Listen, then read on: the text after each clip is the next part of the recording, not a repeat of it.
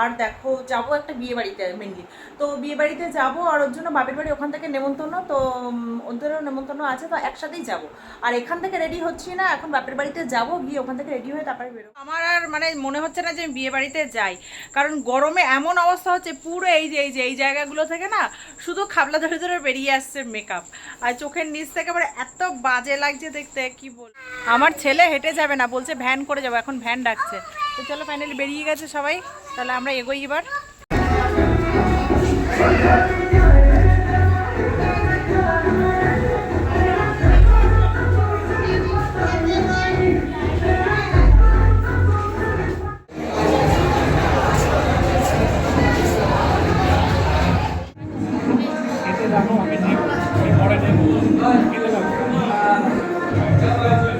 High everyone, welcome back to my channel. আশা করছি তোমরা সকলে খুব ভালো আছো। চলে এলাম নতুন আর একটা ব্লগ নিয়ে।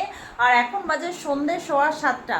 আর আপাতত বাড়িতে কেউ নেই, তার কারণ হলো ভাই এসেছিল, বাবুকে নিয়ে চলে গেছে বাড়িতে, আর রাজেশ বেরিয়েছে, ও আস্তে আস্তে মোটামুটি 9টা সাড়ে 9টা বাজবে।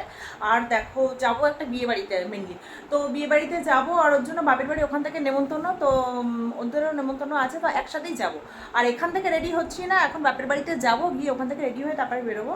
আর এখন করে নিলাম একটু স্নান, দেখো কি অবস্থা গাইস, কি যে গরম পড়েছে বলার মতো না, কি যে গরম পড়েছে। তো তার জন্য এখন একটু ফ্রেশ হয়ে নিলাম, স্নান টান করে এখন যাচ্ছি বাপের বাড়িতে। ওখান থেকে রেডি হব, রেডি হয়ে তারপরে বেরোবো, তো সঙ্গে থাকো। এই যে বাপের বাড়িতে এসে রেডি হয়ে গেছি, কিন্তু আমার আর মানে মনে হচ্ছে না যে আমি বিয়ে বাড়িতে যাই, কারণ গরমে এমন অবস্থা হচ্ছে পুরো এই জায়গাগুলো থেকে না শুধু খাবলা ধরে ধরে বেরিয়ে আসছে মেকআপ, আর চোখের নিচ থেকে আবার এত বাজে লাগছে দেখতে, কি বলবো। তো ওই জন্য মনে হচ্ছে না যে মেকআপ টেকআপ করে, মনে হচ্ছে পুরো মেকআপ তুলে তারপরে যাই। কি যে বাজে লাগছে, মেকআপ ছাড়াই মনে হচ্ছে ভালো লাগছে, শুধুই মেকআপ করলাম, এখান দিয়ে সব বেরিয়ে যাচ্ছে, কি করবো বলো তো বুঝতে পারছি না। এই যে ভাই এখন বেরোচ্ছে, আমাদের দুটো গিফট, দুজনে দুটো দেখে ছিঁড়ে গেল না তো।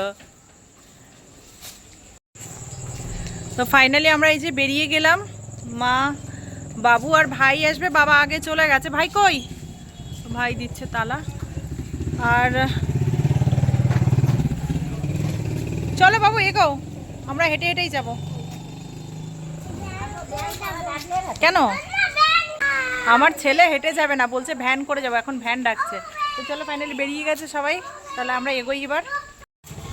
তো বাবা আগে চলে গেছে, আর রাজেশ তো পরে আসবে, ও 9:30টার দিকে হয়তো আসবে। আর এখন বাজে প্রায় 8:45, এখন আমরা বেরোলাম। আর আমার ছেলে ভ্যান ডাকার জন্য দৌড়াচ্ছে সামনে। ভ্যান দাঁড়াচ্ছে না কেন? দাঁড়াচ্ছে না।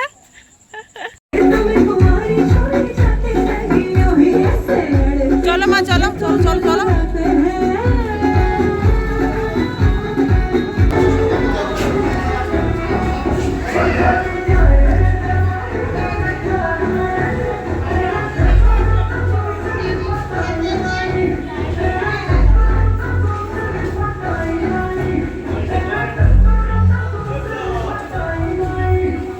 বিয়েবাড়িতে কিন্তু আমরা বেশ একটু তাড়াতাড়ি পৌঁছে গেছিলাম, তাড়াতাড়ি বলতে ওই আর কি 8:30 9টার মধ্যেই গেছি, কিন্তু যেহেতু খুব একটা লোকের আয়োজন ছিল না, আর আমাদের পাড়ার মধ্যেই সবাই, তো তার জন্যই কিন্তু খুব একটা ভিড় তখনও হয়ে পারেনি। আমরা যাওয়ার পর থেকেই মোটামুটি হলো। আর এখানে দেখো চিকেন পকোড়া নিতে এসেছি, তো ভাই এখান থেকে নিয়ে নিচ্ছিল আর আমাকেও এনে দিল, তো সেখান থেকে নিয়ে আমি খাচ্ছি। আর এখানে আমার বাবু আর মা বসেছিল, বাবু আর মাকেও কিন্তু এনে দিয়েছিল, আর বাবুকে আমি একটু খাইয়ে দিয়েছিলাম। আর মা কিন্তু কখনোই পকোড়া আনতে যায় না, কফিও আনতে যায় না, মাকে কিন্তু আমরাই এনে দিই বিয়েবাড়িতে গেলে। মা একটু লজ্জাবোধই করে বলতে পারো। তারপরে দেখো মা বাবুকে খাইয়ে দিচ্ছে, আর এখানে মোটামুটি লোকজন এসে গেছে কিন্তু অনেকজনই। আর তারপরে দেখো এই যে চলে এসছে এবার কন্যাযাত্রী। আর কন্যাযাত্রী হলো কিন্তু নন বেঙ্গলি, মানে নন বেঙ্গলি আর বাঙালির মধ্যে বিয়ে হয়েছে, মেয়ে নন বেঙ্গলি আর ছেলে হচ্ছে আমাদের পাড়ারই, আমাদের এক ভাই, সে কিন্তু বাঙালি। এত গরম গাইস, বিয়ে বাড়ির মধ্যে কি বলবো, অত লোকজন চলে এসছে।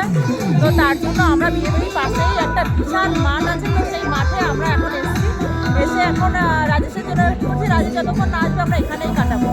ওই দেখো ওই জায়গাটা আছে বিয়ে বাড়িটা, আর এই যে মাঠটা, এই মাঠে আমরা, এই দেখো কত বড় মাঠ। আর ওই যে মন্দিরটা দেখছো, মন্দিরের ওখানে বাবু মা আর বাদল, মানে আমার ভাই ওখানটায় গেছে, আর আমি এখানটায় ওয়েট করছি ওদের জন্য। আর তারপরে দেখো রাজেশও চলে এসছে, আর বাবুর ওপরে গেঞ্জিটা কিন্তু আমি চেঞ্জ করে দিয়েছি, প্রচণ্ডই ঘেমেও ভিজে গেছিলো, প্রচণ্ডই গরম ছিল কি বলবো।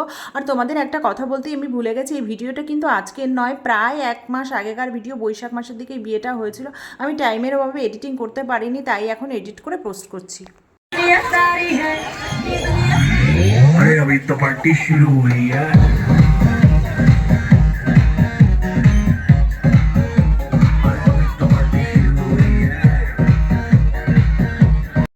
বেশ খানিকটা সময় কাটানোর পর তারপরে কিন্তু আমরা যাচ্ছি খাওয়া দাওয়া করতে।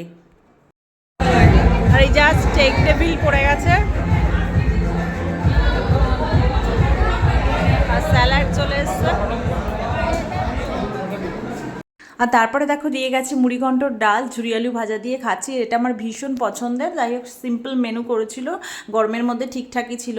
সব থেকে বড়ো ব্যাপার যেটা, সেটা হচ্ছে তোমরা দেখলে একটু ভালো করে বুঝতেই পারবে যে আমার ঠোঁটের ওপর নিচে মেকআপের কী দুর্দশা হয়েছে। মানে কারোর সামনে সত্যি কথা বলতে মুখটা নিয়ে যেতেই লজ্জা করছিল। আমার এরকম অবস্থা কোনোদিনই হয়নি মেকআপের, কেন জানি না এবার এরকম হয়ে গেল। আর আমার বাবু দেখো দিব্য কিন্তু মোবাইল দেখছে বসে বসে, কারণ মোবাইল না দিয়ে আমরা খেতেই পারতাম না, দৌড়াদৌড়ি শুরু করে দিত। আর তারপরে দেখো মাছ মাংস সবই চলে এসছে, খেয়ে নিলাম। খাওয়া দাওয়া কমপ্লিট হয়ে গেছে, আর এই তো ওকে মিষ্টি খাওয়া দাওয়া কমপ্লিট করে চলে এলাম নিচে। আর তারপর কিন্তু আমরা যাচ্ছি বাড়িতে। আর বাবা কিন্তু আগেই খাওয়া দাওয়া করে নিয়েছে, কারণ বাবারও তো দেরি করে খাওয়া পছন্দ না, তাড়াতাড়ি খেয়ে কিন্তু বাবা আগেই বাড়ি চলে গেছে। তো ওই যে ফাইনালি বিয়ে বাড়ি থেকে চলে এসেছি বাড়িতে, আর বাড়িতে এসে দেখো স্নান করে নিলাম। আর এবার যেন একটু নিজেকে চিনতে পারছি, সত্যি কথা বলতে মেকআপ করে এরকম ধরনের মানে প্রবলেমের মধ্যে কখনো পড়িনি।